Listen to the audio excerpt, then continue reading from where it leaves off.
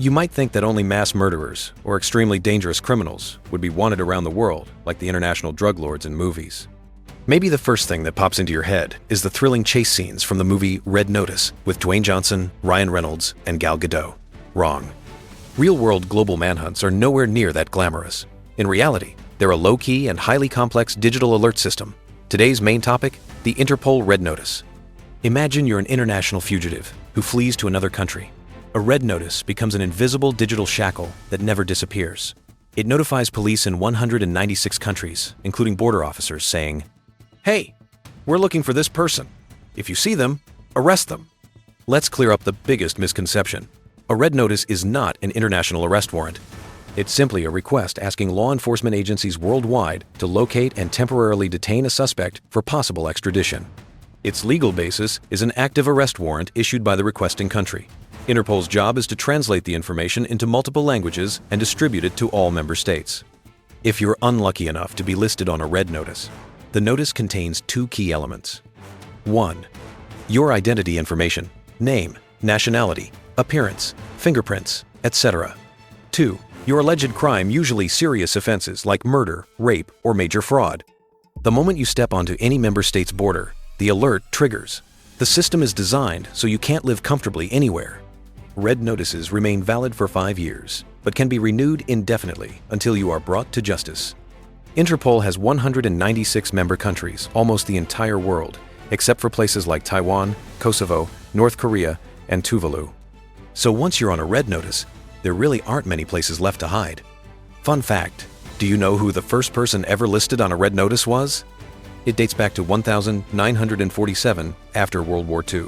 The very first red notice targeted a Russian man suspected of murdering a police officer, setting the standard that red notices focus on violent and serious crimes.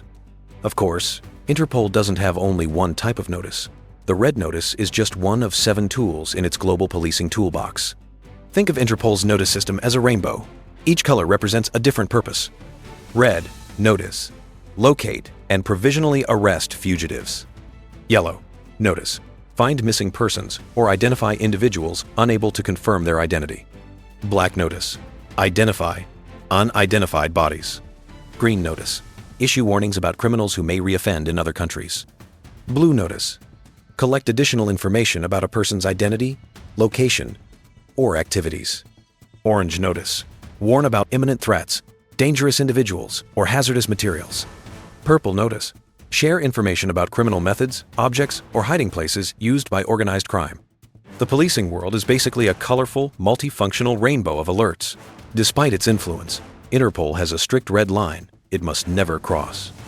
According to its constitution, Interpol cannot intervene in cases involving politics, the military, religion, or race. Crimes in these 4 categories cannot trigger a red notice.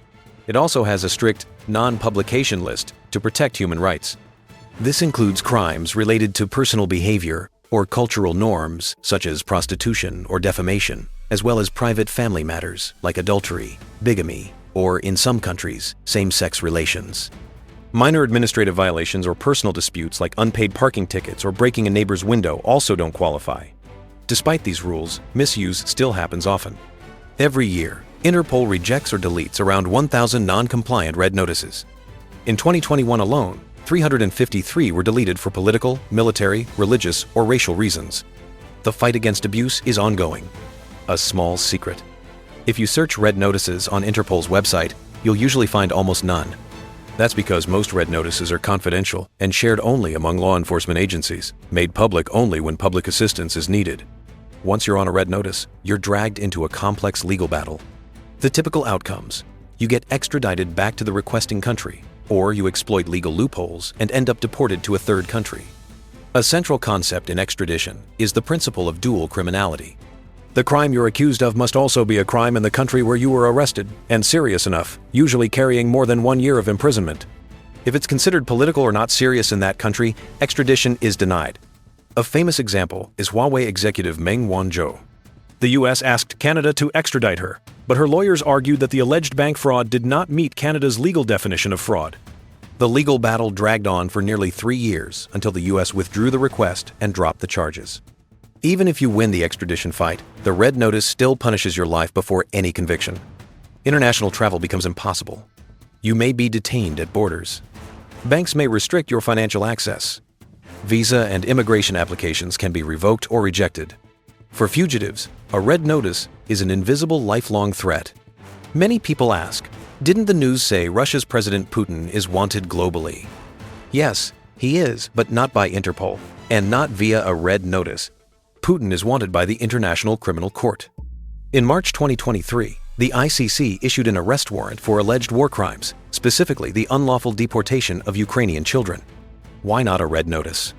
Because, as mentioned earlier, Interpol cannot intervene in political or military cases, so it cannot issue a red notice for him. But the ICC warrant is still extremely powerful. All 123 countries that signed the Rome Statute are obligated to arrest him if he enters their territory. This severely restricts his global travel. Many countries are now no-go zones for him.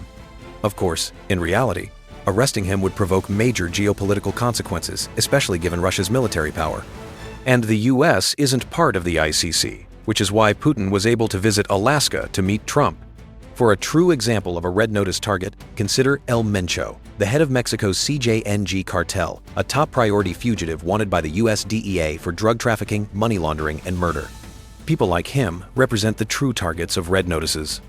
In the world of international law, manhunts come in many colors, forming a complex global enforcement network. But regardless of the color, they all represent one message: you must answer for your actions, and the world's police are watching.